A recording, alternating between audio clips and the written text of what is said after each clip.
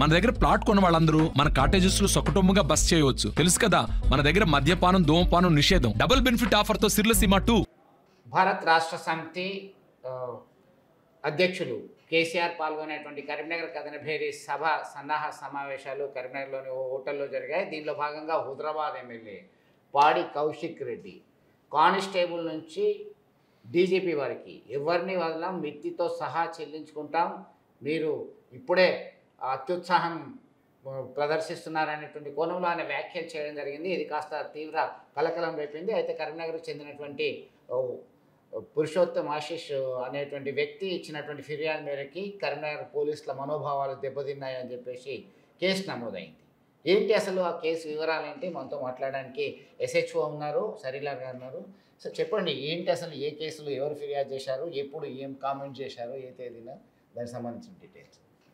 ఇది మొన్న జరిగినటువంటి బీఆర్ఎస్ సన్నాహక సమావేశంలో ప్రతిమా మల్టీప్లెక్స్లో జరిగింది 7వ తారీఖు నాడు.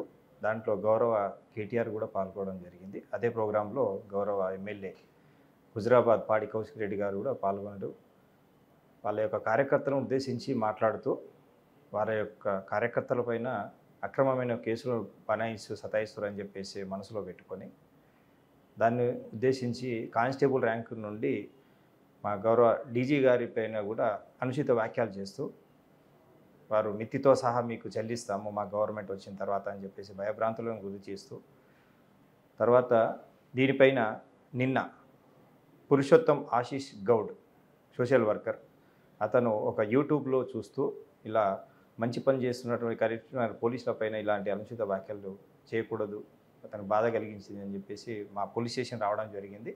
దానిపైన మేము crime number 159/24 under section 153, 506, 504, 505 last కింద ఎఫ్ఐఆర్ నమోదు చేసి ఇన్వెస్టిగేషన్ చేయడం జరుగుతుంది. తర్వాత ఇది ప్రజలలో శాంతి భద్రతలను విఘాతం కలిగిస్తూ భయభ్రాంతులను గురి చేసే విధంగా, వాళ్ళని రెచ్చగొట్టే విధంగా పోలీసుల పైన ఇలాంటి అనుచిత వ్యాఖ్యలు చేయకూడదని చెప్పేసి మేము గౌరవ ఎమ్మెల్యే గారిని కూడా కోరడం జరుగుతుంది. మీరు ఏదైనా నోటీసులు సర్వే చేశారా? దీనికి సంబంధించి ఎలాంటి యాక్షన్ తీసుకునేటువంటి అవకాశం ఉంది ఈ సెక్షన్ల ప్రకారం?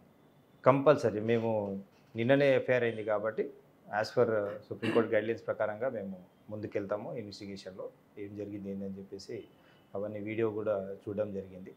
సో యాజ్ పర్ టెక్నికల్గా మేము అది తెలుసుకుంటూ కోర్టు డైరెక్షన్ ప్రకారంగా మేము ఇన్వెస్టిగేషన్లో ముందుకెళ్తాం. శాంతి భద్రతల పరిరక్షణలో వారి పనులు, వారి విధులను వారు నిర్వహిస్తున్నటువంటి తరుణంలో కానిస్టేబుల్ నుంచి డీజీ వరకు ఎవరిని వదిలిపెట్టమనేటువంటి విధంగా ఒక ప్రోవోక్ చేసే విధంగా ఉన్నాయంటూ స్థానికంగా ఉన్నటువంటి వ్యక్తి ఇచ్చినటువంటి ఫిర్యాదు మేరకు పలు సెక్షన్ల ప్రకారం కేసు నమోదు చేశారు. త్వరలోనే కౌశిక్ రెడ్డి, ఎమ్మెల్యే కౌశిక్ రెడ్డికి సమాచారం అందిస్తాం. సుప్రీంకోర్టు గతంలో ఇచ్చినటువంటి గైడ్లైన్స్ ఆధారంగా సాంకేతికపరమైనటువంటి న్యాయపరమైనటువంటి అంశాలను పరిగణలోకి తీసుకొని తదుపరి చర్యలు కార్యాచరణ చేపట్టడానికి సిద్ధమని చెప్పి స్పష్టం చేస్తున్నారు. వీడియోలో సుమంత్తో కలిసి చంద్రశేఖర్, RTV, కరీంనగర్. మరిన్ని వీడియోస్ కోసం ఛానల్ ని సబ్స్క్రైబ్ చేయండి, లేటెస్ట్ అప్డేట్స్ కోసం వాట్సాప్ ఛానల్ ని ఫాలో చేయండి అండ్ లింక్ డిస్క్రిప్షన్ లో ఉంది.